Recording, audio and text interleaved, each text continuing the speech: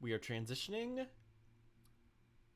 I'm gonna Control. turn on the desktop Ooh, you're wearing audio. shades. Yeah, so I'm wearing shades today because I've been having a really bad headache slash migraine slash weird eye stuff all weekend. So I'm wearing shades today. It's not just for the mood of the game, although it does fit the mood of the game. Are you sure you're not just cosplaying Dr. Darling? I am not. No, I am not. I am taking care of my eyesight, and that is what's most important right now. Okay, so welcome everyone to Coffee Break, our first stream of the week. Before we go ahead and do introductions, I'll read the land acknowledgement. So we acknowledge that in Milwaukee we live and work on traditional Potawatomi, Ho-Chunk, and Menominee homelands along the southwest shores of the Michigami, part of North America's largest system of freshwater lakes where the Milwaukee, Menominee, and Kinnickinnic rivers meet, and the people of Wisconsin's sovereign Anishinaabe, Ho-Chunk, Menominee, Oneida, and Mohican nations remain present. I am David Kuchik, and I am I'm not a master's student anymore. I have my master's now. I'm a PhD student at the UW Milwaukee Plan H Cinema Digital and Media Studies program. And I'm joined right now by four lovely people who will introduce themselves. I am Janelle Malagong. I'm a second year PhD. Same program, same deal. What's good? I am Matthew Carricker. I'm a PhD student in the anthropology department on deferral just now, but here over the internet. Nice. I'm Air Bear. I'm a PhD student at UW Milwaukee too. And I am Ren. I'm an MA student at UWM and not a member of the Federal Bureau of Control, which apparently David is. I think I'm like on the wait list right now, but yeah. So today we are going to be playing the DLC for Control. I got the complete edition on sale on PC. So randomly, Alan Wake just showed up in the middle of my game on the hotline and was like, "Hey, you should go down to this sector." And I haven't done. I've done the other DLC, which is called the Foundation, and it kind of explains why everything in the. It kind of explains, not really, but kind of explains why everything's so crazy in the game. And so I have no idea what to expect when we go to the investigations sector. All I know is that Alan Wake wants me to go down there. So I've never played Alan Wake. I have played Control, so I can give a quick little rundown for people who aren't familiar.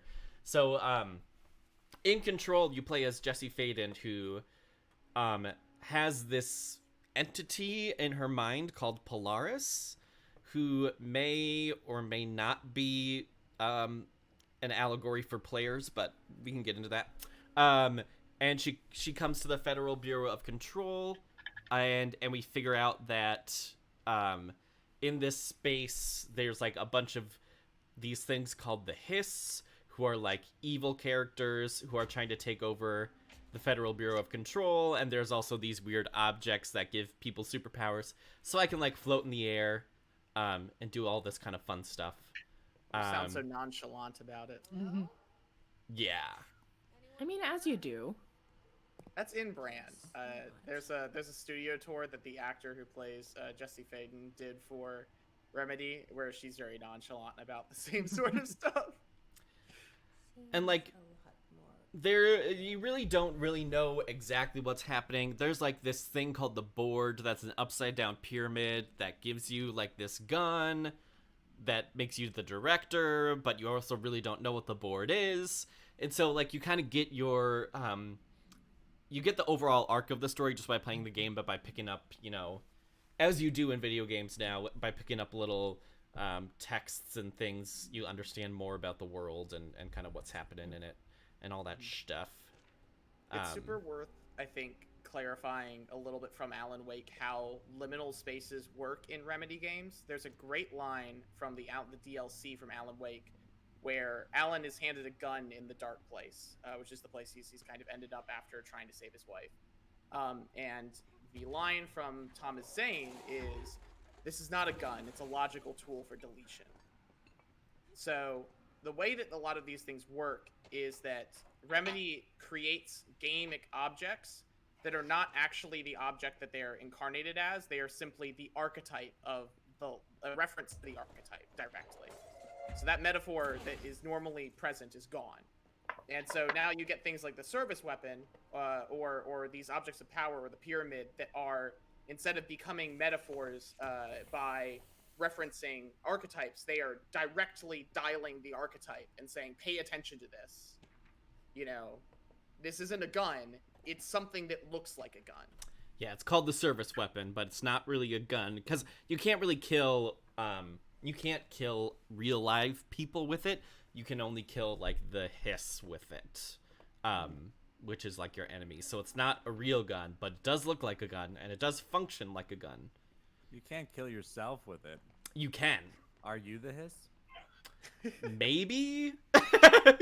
You get taken over by the hiss at one point, and then you like fight it back. Also, your brother may or may not be you.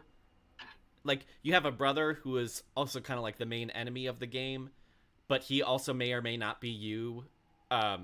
Just in a it's hard to explain. Right. This is a super spoiler stream. We're just gonna get into it because you just spoiled like the end game, so I don't feel bad. This is a spoiler stream for anyone watching. Oh, sorry. Well, it's like I'm happy with it now. I can talk about the game. Well, it's hard to because like the story matters, but also not really because it's more like Ren said, it's like more about the shuffling of the archetypes than the story itself, if that makes any sense.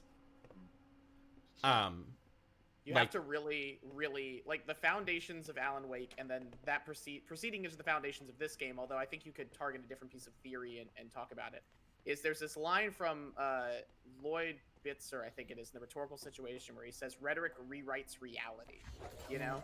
And it's meant metaphorically, but I'm pretty sure Sam Lake just read that and said, okay, but what if literally? Yeah. and so, yeah, I mean, that's the same logics appear in this game, but not through the act of writing, through other, I think, performative acts. Yeah. It's like Alan Wake is kind of like a mix of like, and it's like an adventure horror game, and then this is them doing the same thing they did for Alan Wake, but with like an action adventure game. Yeah. So what's cool is like the objects of power, which are things like you cleanse as the director, and then once you do that, and you like get the hiss is trying to like infect these objects, and then once you cleanse them of the hiss, you get certain powers. But like the powers that you receive from the objects are determined, and this is like narratively in the game, the powers that objects of power have are determined by the social conscious of those objects in the world. So like the dash that you get is from like a toy, like a horse from a merry-go-round, or like the floater thing you get from like cleansing a TV set. The shield that you get, where you can like shield yourself from enemies, you get that from cleansing a safe.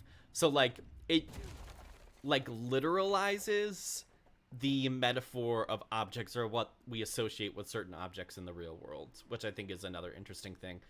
I don't have a lot of like cogent thoughts to say about it right now, but it is very cool. There's a what else is there? Something that came to my head and then it just immediately exited. The whole game has got, because of that, it's got a very dreamlike quality to it. Yes. Nothing feels very real in the game. Like you're, you know, like some games maybe pride themselves on like and when I say realism here, I don't mean like I don't know, like 19th century realism, but like they pride themselves on a sense of like physicality. Like a Mario game, like has, even though it's like fantastical, right? The way that Mario moves and jumps still has like this real weight and oomph behind it, and the places that you traverse, the way that you interact with them feels kind of real. Everything in this game does not. Nothing in this game really feels that way. It feels like everything's twisted, right, in some way. Yeah, it's if we want to use it in terms of what we've been reading for Mike's class for today, it's not interested in immediacy, it's interested in hypermediacy. Yes, I that's a pretty good way to put it, honestly. Although I do think, like, just for the record, that there's like, how do I put this? There is a sense in which, oh, hold on, I'm gonna hold my comment because we're getting a cool cutscene. Spooky, spooky. Yes, that is good. I forgot to mention that. Who are you? Owen, what are you doing here? I'm you, but stronger. So I haven't played Alan Wake, so I have no idea what any of this means. I'm your friend Tom. Tom Zane. There's nothing to worry about. Tom. The poet. The diver. You look different. That was just a role. A character. The protagonist I played in my old film. I'm a filmmaker. An auteur like yourself. We're working on this together, remember? An artistic collaboration.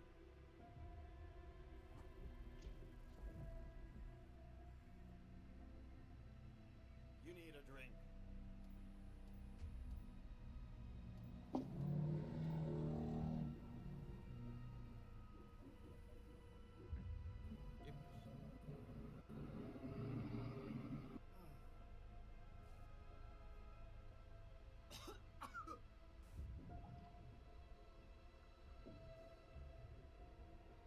Endless darkness.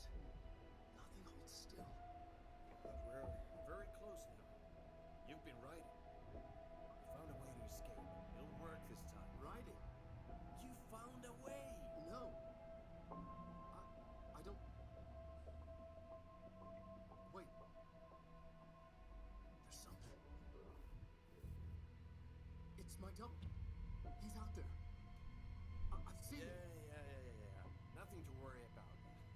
I'm dealing with it. It's fine, my friend. Let me handle him. You've met him? What the hell? Now, come on. You misunderstand me.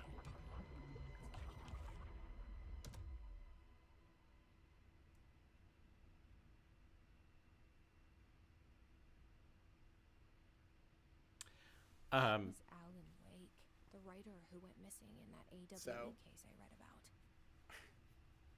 So the two games are connected because the events of Alan Wake, like the game, is like a part of the world of the game where like these weird events occur called AWEs around the world, and the Alan Wake event was just one of them within this game.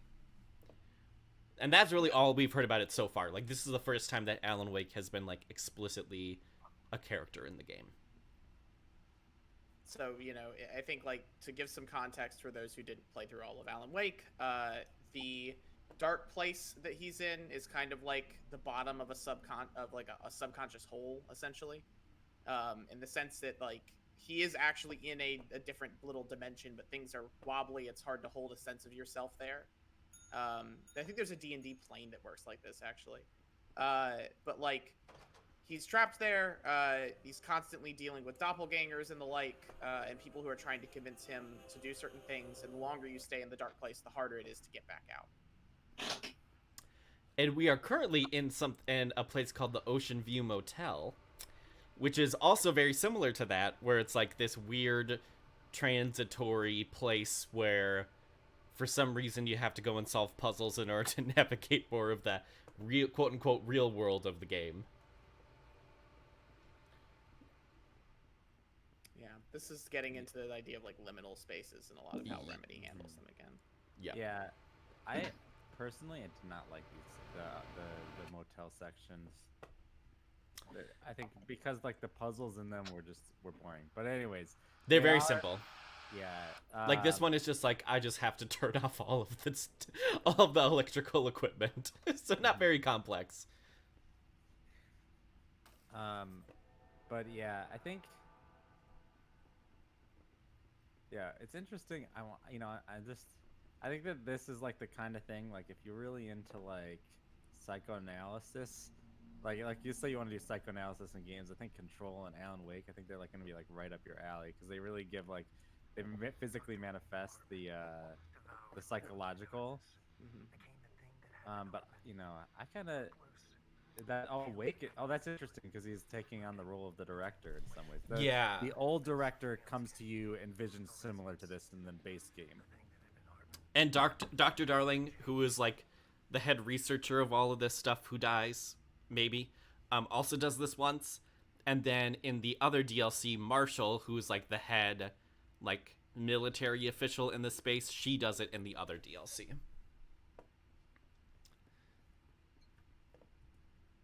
It reminds me of Cortana in Halo 3. Do you know what I mean? There was those storytelling moments where it stops the action sequence so that she can tell you something. Yeah, it's interesting because in this one, like I stopped moving in order for everybody to like see the Alan Wake section, but there's like parts. But when those kind of visions pop up, they don't stop your movement. So like say like you're in the middle of a battle, it's like that vision is not going to stop all of the enemies or you from fighting, but it will take up like a big part of the screen. And the same thing happens when you find new locations too. Like this big white text will cover the screen when you find a new location, but it won't stop your movement, and like the whole world will continue to like move, and the hiss will continue to come in, and like you will continue to fight them, which also is like part of the hypermediacy of it, is like the text and these visions like won't stop the game. It is just part of the game, and it's almost kind of makes it to seem like it's not you as the player seeing it, but it's Jessie as the character seeing it. Which like for the visions makes sense, right? Because like narratively it is her seeing the visions, but for like the text, that's where it gets a little funky, because usually we associate the names of spaces and maps and things with non-narrative elements, right? It's like a part of the game that only the player can see, but in this world, in this game, they like very deliberately cross those boundaries between player and character in that way. Yeah, I mean, you were talking about Polaris as like a stand-in for the player, and like that's a reading of it. I think there's also a really interesting reading of it where you take it to mean the sort of thing that so in a lot of like 18th, so this is like an example of it. Sorry, just saying. Oh yeah. And there's an enemy there, right? And I could have started fighting the enemy while that text was on screen. Anyway. Yeah, that's like Kill la Kill. You could draw an anime comparison. I love the way titles are handled in Kill la Kill. It's so cool. Embedded paratext. Anyway, the neat like thing is that in like 19th century and 18th century stories about with women protagonists or strong women characters who usually were involved in magics in some meaningful way, they always received their power from an outside source, right? And this is a way, if you're a writer who doesn't like women very much, to undermine the authority and power of your female characters.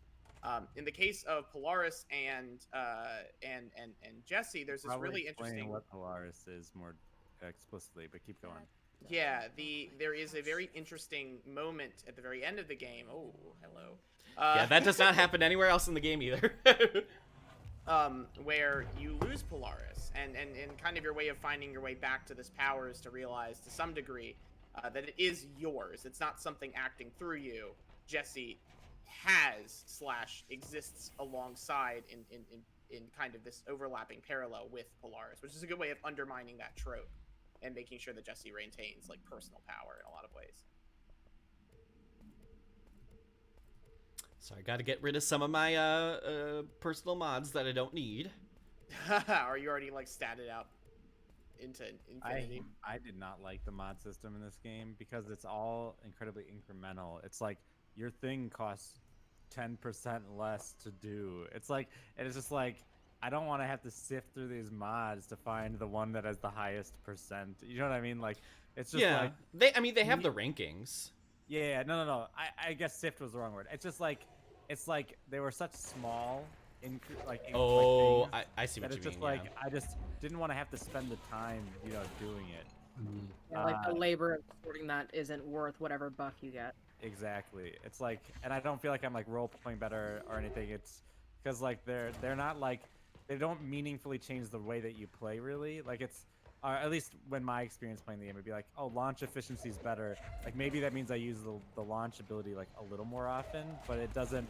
It's not like meaningfully making a difference. Whereas when you like pick a service weapon, because you can only have 2 equipped at a time. I don't know if that changes in the DLC.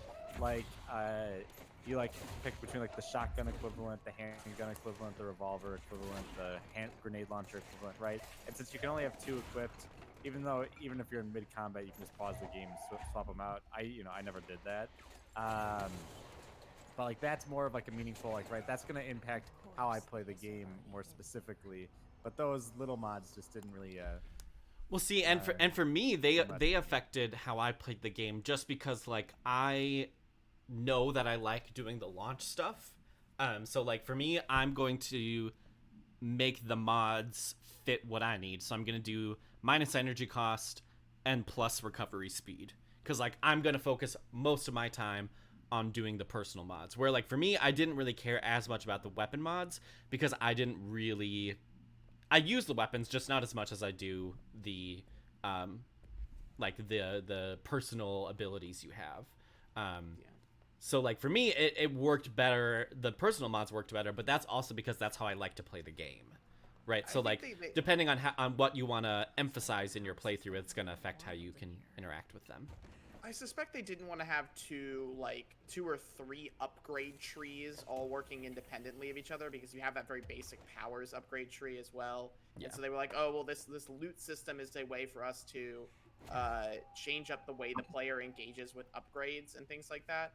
I do tend to agree. I found myself really taken out of... I like the Ocean View Motel segments a lot, although they aren't very good puzzles. I'll agree with that. They are not.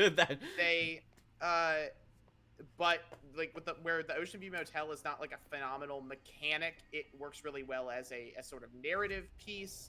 The mods don't work very well as a narrative piece, and they kind of they stop the flow of the game, which is really important in a game that is so much about movement.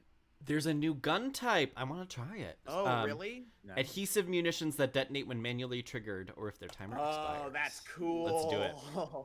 That'll getcha. Yeah, I would say like kind of thinking through what Ren was just saying. Yeah, like at least the Ocean View Motel parts of the game, they like have a purpose of like whenever you hit one, you're about to go into a new area, right? Mm-hmm. Yeah. Like because they're like they are. I guess not only are they a liminal space narratively where it's like, is this your subconscious? Like you don't know what the heck is going on, but you access them typically when you're moving from one area to another. So like they're a liminal space between the different levels of the game. So like it has that kind of purpose to it. I just didn't find them to be like, a lot of times I was more excited to get to that area, the new area, than the thing. But it definitely had a purpose. So fire, a single, and then detonate. Ooh, with the same button. That's cool. So that means they're kind of like, that's interesting. Oh wait, how do you? Oh, fire multiple grenades by firing while aiming. Okay. Now that makes sense. I love that part of the effect. Quick question, because I have never played this game, and I played Alan Wake a million years ago, so I'm a little fuzzy on it. Narratively, what do the motel sequences do? I know that they work as kind of liminal spaces, but do they have a kind of cohesive narrative through them, or do they respond more to whatever narrative is going on between like the levels, like you were saying? Have you ever played a game where, like Fallout, where there's a mini game for unlocking a door? So you're the director in this game, and so you technically have access to all of the places here, but in order to do that, you need to access some part of your own subconscious. And so they kind of act as that little lock-picking mini game or something like that for a space. I see. So there's nothing necessarily like narratively unique to them, but they work more like intertitles. Yeah, kind of important because they kind of reaffirm that you're the director, you're the one whose mind can open these places. Yeah, and it's like, and like, yeah, you're the only one who can traverse. Like only specific people can traverse the hotel, the Ocean View Hotel, Ah, and like okay. it's kind of like it's like a collective subconscious that can only be accessed by certain powerful individuals. Yes, Interesting. It's a place that exists outside of time, and space. It takes the idea of a road motel and turns it into its archetype. Right. And on top of that, sometimes you can hear sounds or bits of conversations happening around the Ocean View Motel. If you go in there, you'll notice there are a series of doors with symbols on them. And one of those doors opened for us, and Alan Wake was on the other side, right? But they it's not entirely clear where they open up to, except for that one opens up to the Federal Bureau of Control. Yeah. But they all go somewhere, and one of them apparently goes directly to Alan Wake. Let's see.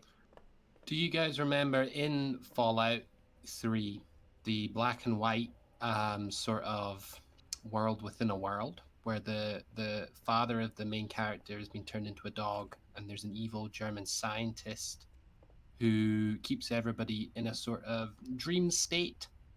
You know what I'm talking about? And to get out of that mission, you have to select a series of random objects in the abandoned house on that cul-de-sac. And they all, when you touch them, they make a certain tone, and you have to get the right tone to open the portal to escape. And I can see the parallel between what Janelle and Erica talking about with the motel and that sort of thing. It's sort of like the motel would be, I guess, as many sequences like that as there are different areas to go to, right? Yeah, and I think kind of like it does with the objects of power, where like the general like idea, social idea of like, oh, a safe is something that can keep something, like can protect something, so therefore it's a shield in the game. Like the Ocean View Hotel is very deliberately like, this is a transitionary space, right? So like it takes the idea of like a roadside motel that you stay on a cross-country road trip, right? It's not really a place, it's a space, right?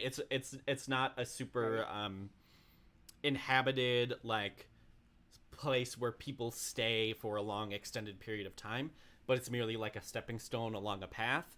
And the game, like it does with the objects of powers, it like literalizes that interpretation or social understanding of what a roadside motel is, and then inserts it into the game as that narratively. Gotcha. It reminds me of Mark Auger's concept of a non-place. Yeah. The whole game takes place in a non-place. I don't know what his place. I don't want to know what his non-place is. I just made up my own definition in my head hearing you say it. But that's kind of how I feel about Control. But go ahead. What is the non-place? Well, a non-place is like a gas station, an airport, a shopping mall, which, it's about transience and about how people remain anonymous as they go through them, and the places don't have any inherent significance of their own. So not really a place where people are themselves, but are anonymous, I guess. But then that's funny to contrast against your point, Eric, about manifesting the psychological, right, within the non-place, which is sort of seen as sanitized of the personal. And maybe, from that, you can see like this sort of immersive horror arising. Can we just talk about how I just want to talk about how awesome that little recording was. So like in the game, right, the astral plane, which is like another kind of liminal space where time operates much differently, and you can spend like years in there, and it only passes for like a day in the Federal Bureau of Control, which is supposed to be akin to our quote unquote real world. Right, there was an announcement saying like, no matter how long you stayed in the astral plane, all that matters for your pay hours is that how long time passed in our world. So it doesn't matter if you experience 10 years in there, right? You're still only going to get paid for 40 days. So it's the game really does toe this line between like this weird wittiness and like kookiness, but also like a realistic takedown of corporate culture, but also like this surreal experience. It's a mishmash of a lot of things. Yeah, it's unreal. Yes. Like in a lot of ways. You know, when I played it, I definitely got the distinct feeling that like this place, like there's nothing to me real. It's all facsimile. You know, Yeah. like nothing about this place strikes me as being like representational in a meaningful sense. Mhm. All right, So- like, Can somebody directly- talk a little bit more about the takedown of corporate culture that David Jonan? Well, It's not a huge part of it, but it is part of it, kind it's of. a pretty big little. I wouldn't say corporate culture. I'd say bureaucracy. Yeah, like that's there's a more difference like it. between those things, and that joke was definitely about corporate culture, right? Because like Yeah. it's making fun of like maximizing profits, which is why I made the joke that like that's not how bureaucracy functions. At a bureaucracy, you wouldn't expect that to be the case. But You got the lovely fridge segment. I think that's the one that I think is really illustrative. There's a lot of lovely notions or notices around the place, like don't touch the fridge. If you see the fridge, report the fridge. Do not put anything in the fridge. People will steal from your fridge. Do not do this. It turns out the fridge kills you. Or more specifically, the fridge teleports you to another world where there's a giant squid monster. And so, you know, this is, I think that leads into corporate culture in the sense of like, this is a very specific archetype we're talking about, right? Like now we're not talking about societal archetypes. This is almost a monster that is only present within the space of the shared fridge, right? And so there's these layers of absurdity. I think that like, or like the Threshold kids are a layer of absurdity where the Federal Bureau of Control was like, what if we made a daycare video for the kids who have to come to work? And it's just terrible. It's incredible, but it's That's just really bad. terrible. It is like It's candle genuinely crack. uncomfortable. I mean, it's basically like if a government, it's kind of like taking the PSA, but like a really tone deaf PSA and like jacking it up to make it like as absurd as possible. Yeah, I think it kind of illustrates a little bit it's kind of a pet peeve of mine, but but like the kind of conflation of like government bureaucracy with capitalist endeavors. Yeah. Which is, there's a lot of similarities. I'm not saying like you can't ever mix and match, but like this is an instance where like them mixing in those, I think actually confuses what this is, because like so much of this game is like it's like control, like the oldest house, which is like the name of the building you're in. It's all about being like it's like in the big like the Pentagon, right? Like being in some the giant building that's just massive, right? And thousands of people work here, right? And like there's so many different departments, right? Because it's, you know, presumably got some important function, right? For like broader function, that is. And I think that's not necessarily like, you know, when I think of a capitalist thing like this, I think of like a skyscraper, right? Or like a very different kind of architecture. But the architecture of this is very much like this utilitarian brutalist kind of like thing, because that's what government buildings are made out of. And the thing is, those are different. Like you can't really live in a society without this kind of building existing in some shape or form, right? But you do. You could live, I guess, you know, if we're gonna make like a very capitalist critique, you could live in a society maybe without capital. Like if we want to go down a Marxist path.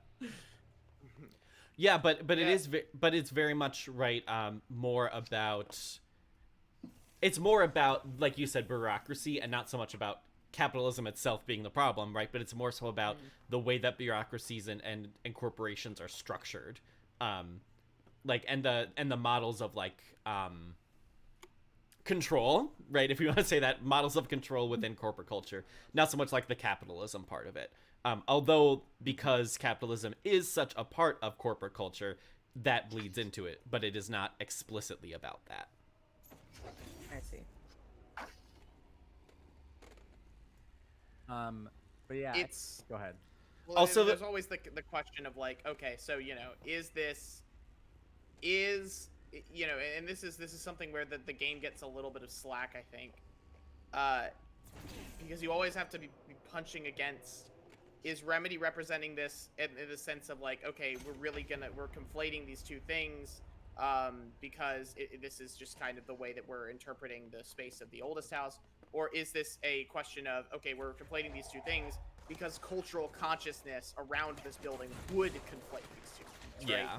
Everything in Control is constantly Nikes, I'm gonna die. wagering itself against a really American consciousness, which is a very strange thing because Remedy is definitely not an American studio, but they've been entrenched in this kind of thing forever at this point. I mean, Max Payne is like a painfully American Well, and game. like Alan Wake is serious, but it also is like making fun of the like it kind of is poking or at least parodying some of the upper Midwest or upper West culture in the US too.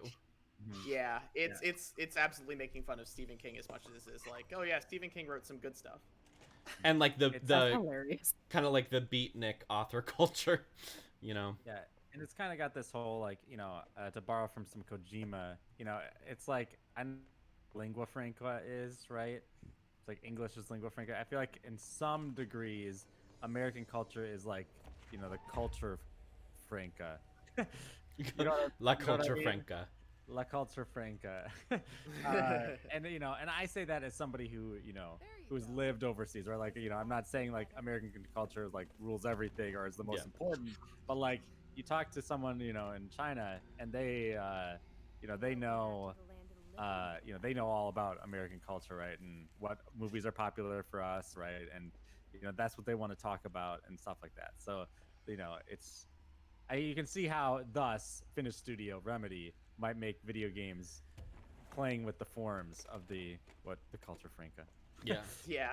And I was going to say something about that. It's very odd and funny, but damn it, my brain is so bad about remembering things. Also, you're just helping plants come back to life right now. Yeah, so I'm helping out this interdimensional janitor named Ati. That's hilarious. Ati is great.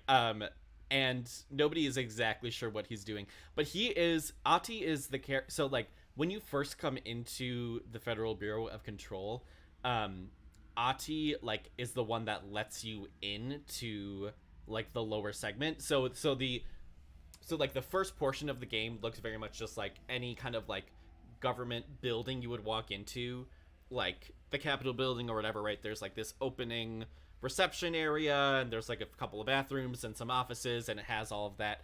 And then like when you explore for just a little bit, you find Ati, who's the janitor of the space, and he lets you into like the depths of the Bureau of Control. So he has some kind of power. We don't know exactly what power. Basically power over everything though. It's ironic, because you have like I guess one part about corporate culture, is access and key cards, big trope. And it's ironic because, of course, the janitor has the skeleton keys because he needs to get in. Yep, and he gives you, I believe he does give you the highest clearance card in the game, if I'm not mistaken. Or gives you one of the highest. Or at least one of them, yeah. He's the fairy godmother, right, of this story. Yeah.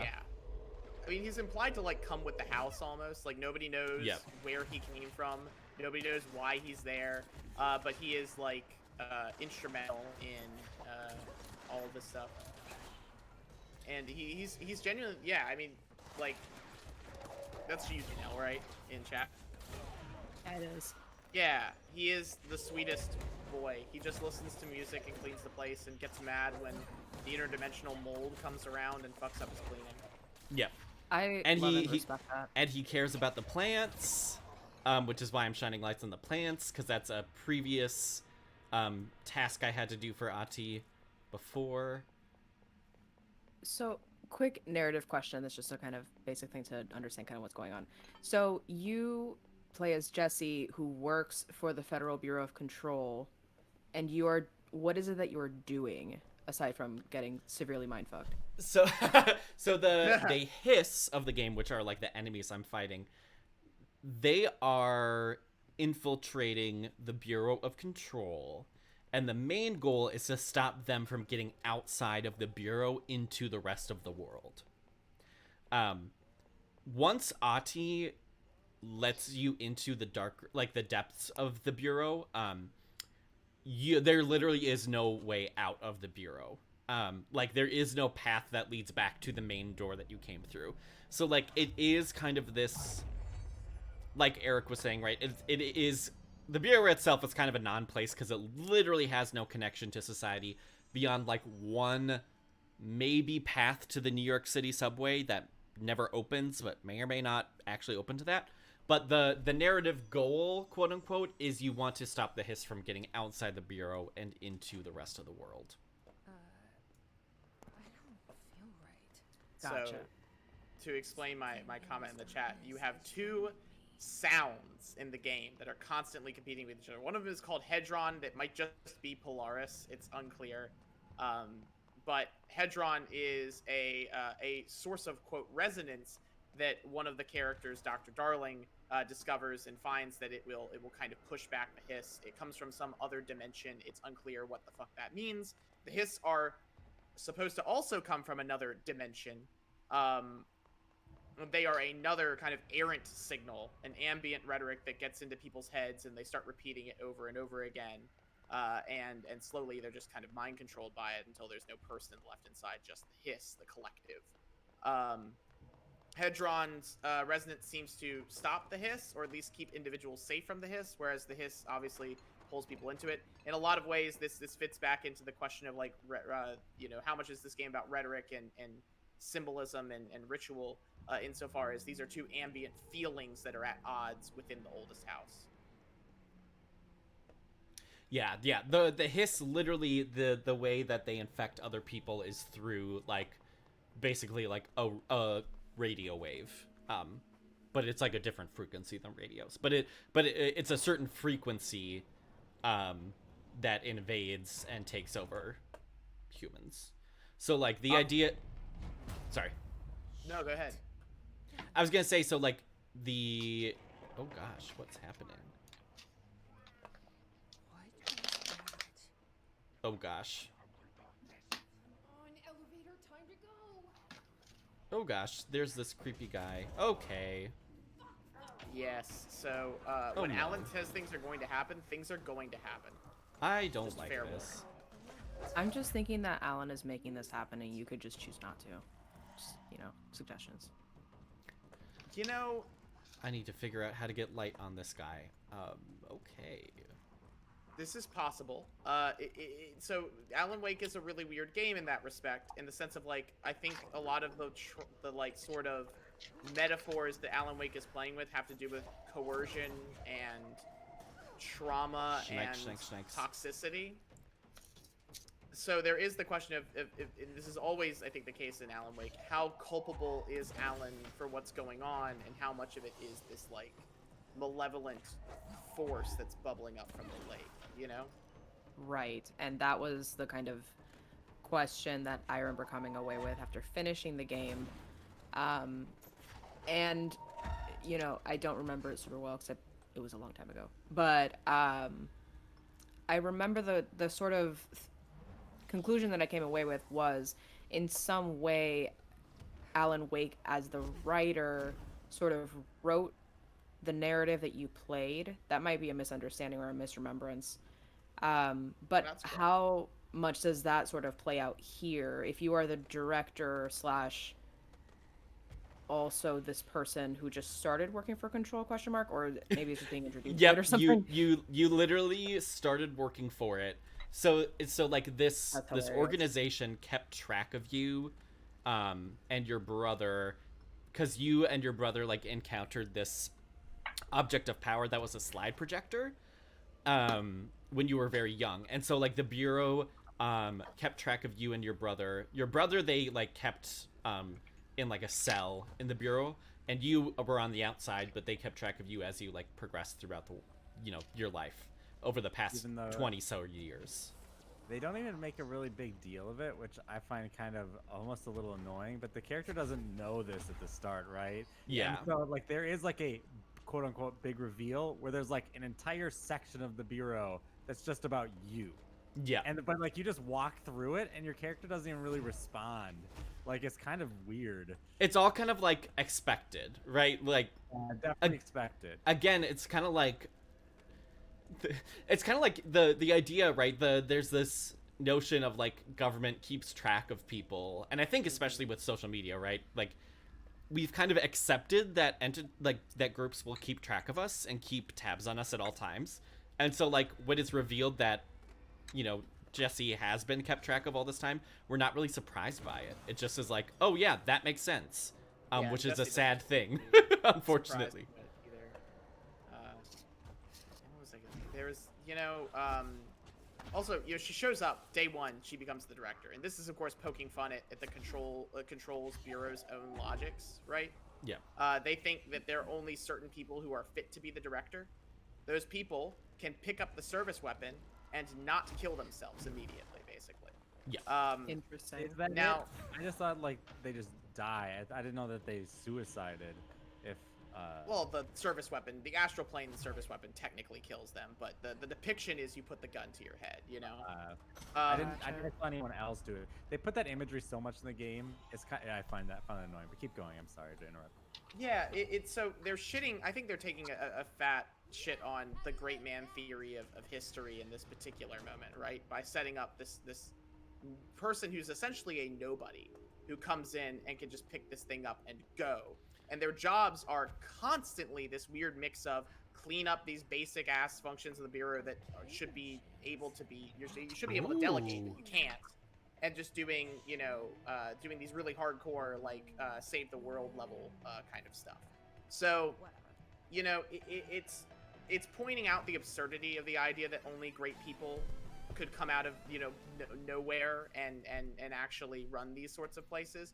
But at the same time, there is one rule that seems very logically consistent within the span of control, and that is in order to survive the service weapon, you to some extent have to be able to, or have to have interacted with these liminal spaces before. If you have no knowledge of them, then you can't do it.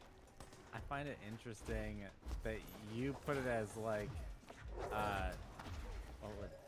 as like kind of deconstructing perhaps the great man thing, when in my experience, I really felt like it just really reaffirmed like that kind of an attitude. Yep. Because like Jesse is the only one who can do this, you know what I mean? Or like, there's only these few people, like the right person in the right place is the only thing that can solve this issue. Yeah, she gets King Arthured into it. Yeah, it's like it's Arthur. Yeah, it's actually it's a really, really good metaphor that I hadn't considered, but it very much is the King Arthur kind of metaphor for like leadership. Yeah, you win, right? You become the actual director, right? It's not like, it's not like you fail, right, because you're a nobody. It's like you succeed, right, because you are you still in the end. Well, it's the corporate executive exceptionalism. I mean, I was gonna say that, like, it does, at least, especially in the DLC, where you try to figure out like what the board actually is. It does kind of show that like the board, which is like the shadowy group that doesn't really exist but somehow gets to decide for everybody what is happening in the bureau, it does like explicitly critique the board and what it stands for. Which, again, you could say like, well, maybe it does, but it doesn't do it successfully. But yeah. And like, it is, I think like the reason I get this like critique pulling out of it is because there are a bunch of other great men in the bureau specifically who are basically all complete fucking failures. Yeah. With very little exception. I think Darling is in his own way a tragic failure, whereas Trench is just a failure. Yeah. But like, I do think I can understand where you're going with the reading, and the allegory of King Arthur's sword makes a lot of sense. But maybe the game is just conflicted in its messaging there or something. Yeah, because it does say that Trench, who was the previous director, was the first guy to be infected by the hiss, and he's the one who screwed everything up. I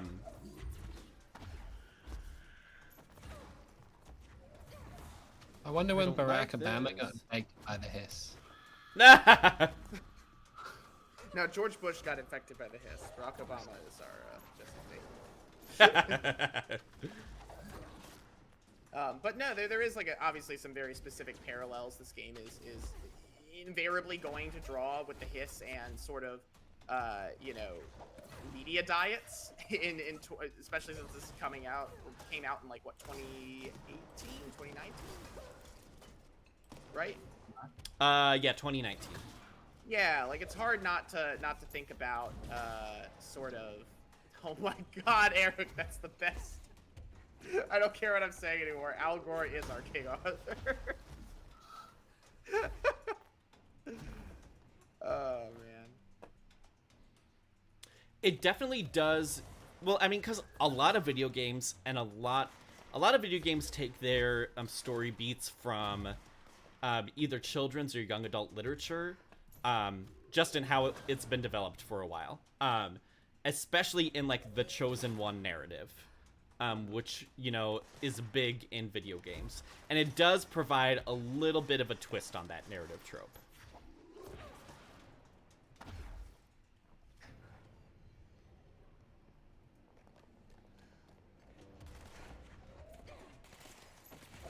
The other thing, as well as King Arthur, it speaks to is, I said, corporate exceptionalism. You know, like, I just come out of a 10-hour Adam Curtis documentary series all about imperial exceptionalist myths. You know, and about how imperialism, just like corporate control, is about extraction, profit making, and the myth making of exceptionalism. It functions to tell us why we're allowed to do this kind of evil stuff.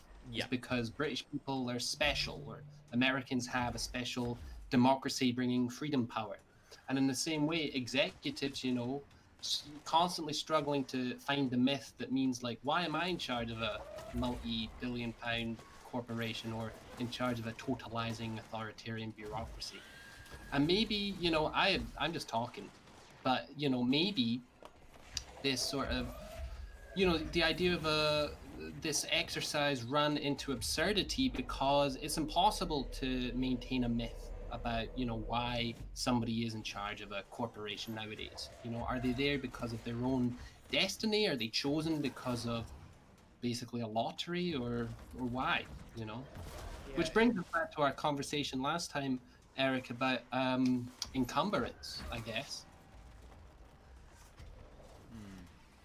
Yeah, no, I think that that's good. You know, I mean, I think I'm a little less fatalist regarding like that. Like, I think that the person who's in charge is in charge because they're the one predicted, at least most likely, to bring profits to the company for whatever, you know, for whatever reason.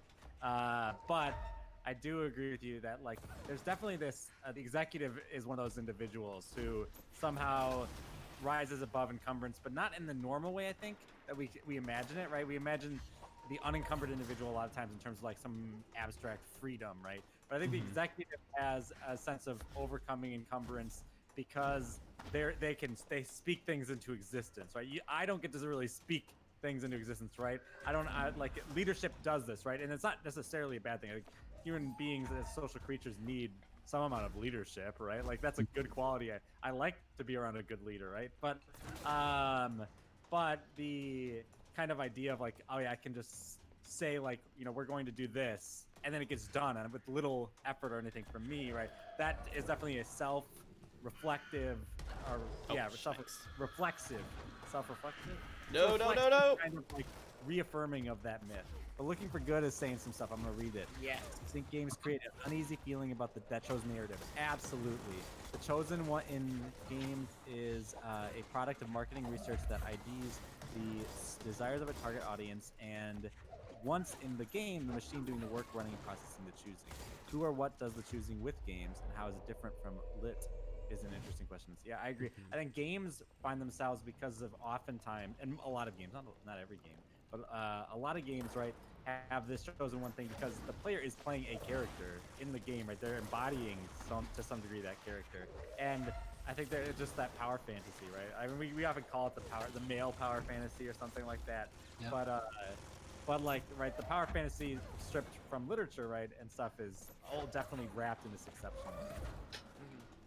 100%. Yeah, it's interesting. I think that, talking about exceptionalism and control and Jessie's place in bureaucracy, a lot of her early success, in fact, like all of her success in the main campaign, is basically her walking up to people and saying, hey, I don't know what's going on. I'm not comfortable in this role. I don't really know if I should be accepting this. I don't belong here.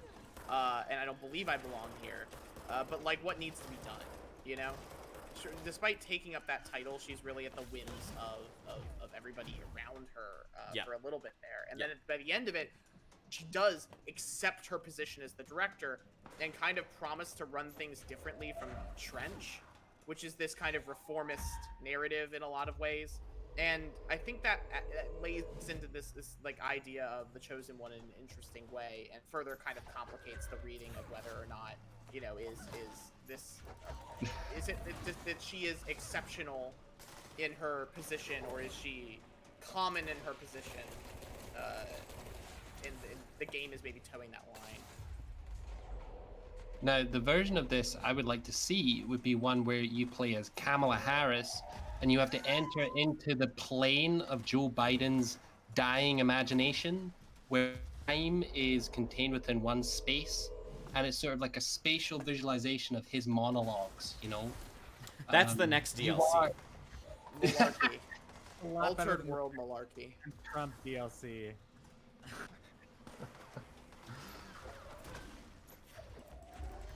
But I do think, I mean, if you want to think about it situated culturally, right?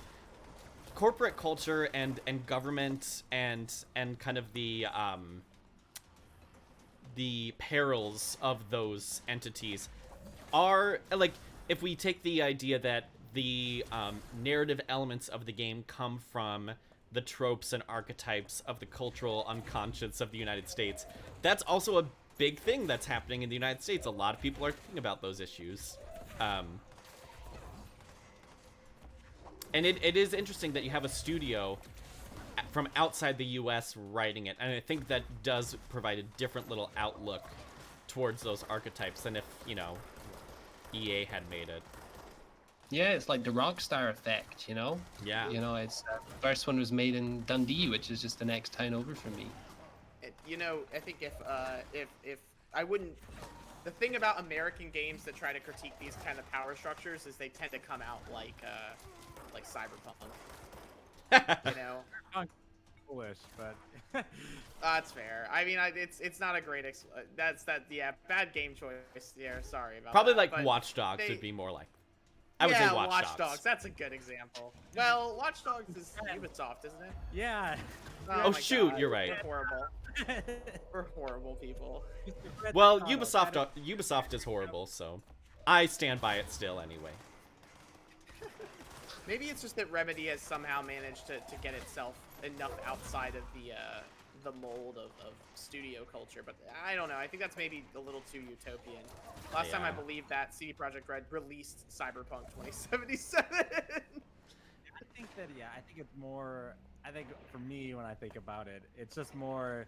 I think this company just has a slightly different creative vision, right? Like, leading from Alan Wake to this, right? And I think the thing is, and I don't mean to be. This is probably an overly critical thing to say, but we can like talk about like the narrative structure of like. I'm so mad. Okay, I'm not gonna do this again. But this game, the weak structure of this game does nothing to reaffirm those or to like to buck against those conversations that we're describing. Like, and that's a half the game at the very least. I would argue is more than a half. Well, I mean, like, we talk about resonances and ambient rhetorics, right? And we could talk about like Hedron and the Hiss as really interesting. Wow, okay, our stream is an art project now. Sorry, that happens. Yeah, I need to like a. I don't know what part of it is the game, because the game it does have some weird transitions with that thing very deliberately. So it could just be the game. Also, could be my computer. Woo. So the all right, I need to make a montage of every time David's stream turns into an art project from yes. a undergrad film student in their first year. Yes. But seriously, Hedron and the Hiss have really interesting questions to ask about how ambient rhetorics affect us, and what do these sort of things have to do with archetypes and our understanding of symbols. And then Jesse can just go around and mind control people who have been consumed by the Hiss. That's just a game mechanic. That's another kind of ambience, certainly. It's talking about a type of control. It does nothing but reify the sort of space of the director and their ability to control their peons, Yeah. As long as they've been, taken over by another I think that's maybe evil the best entity. example, but yeah, as long as there's an acceptable loss, we can kill them. Yeah, so I mean, it's the classic thing too, right? Like with Spec Ops: The Line, it critiques violence, but it also is, you also enact violence on people, right? And it's like, are we able to critique something while also doing the same thing within our own game? Folks that like capitalism say yes. I'm not so sure. I mean, I don't know. It depends on what you identify as a successful critique too, right? Depends on your worldview of what that means and whether or not it can be effective. Mm-hmm. This game is not Spec Ops: The Line, that's for damn sure. I think the thing for me when I think about it is kind of like, and it is past 1 week. Just so. Oh, that's good to know. I will get to a save point and go from there. It is nice, we've had a very lively stream. I'm not saying it's 1, we're done. I've got to teach in 10 minutes, but I do think. I think one of the issues that generally plagues video games more than other media is and I hate the term ludonarrativeness. It's not because it's overused, but because it's meaningless. But anyways, we'll pretend that it doesn't exist as I talk for a sec. I think that there's a problem in games where games try to do a lot of things, and so to imagine a game critiquing something is difficult because harmony, because it's hard to harmonize everything, right? Yeah. Together. And whereas and I don't mean to say making a movie is easier than making a game. I don't think so. But making a movie that critiques something, I think, is easier than making a game that critiques something. Especially a AA or AAA game, which has a lot of burden to capitalistically perform. Yeah. And even the access to creating a game and having it be marketable as something that you can sustain your existence on is really difficult. Yeah, we will head out now. Wow, my lag is 2 minutes behind, or 3 minutes behind my actual streaming. So we are going to head out. Put us in low latency mode because I am so sorry about that. My bad, everyone. That's my bad. But yeah, thanks for joining. This has been really fun. You got to see me fail a game, but that's okay. Have a great day, everyone. Bye. Bye. Bye. Thank you.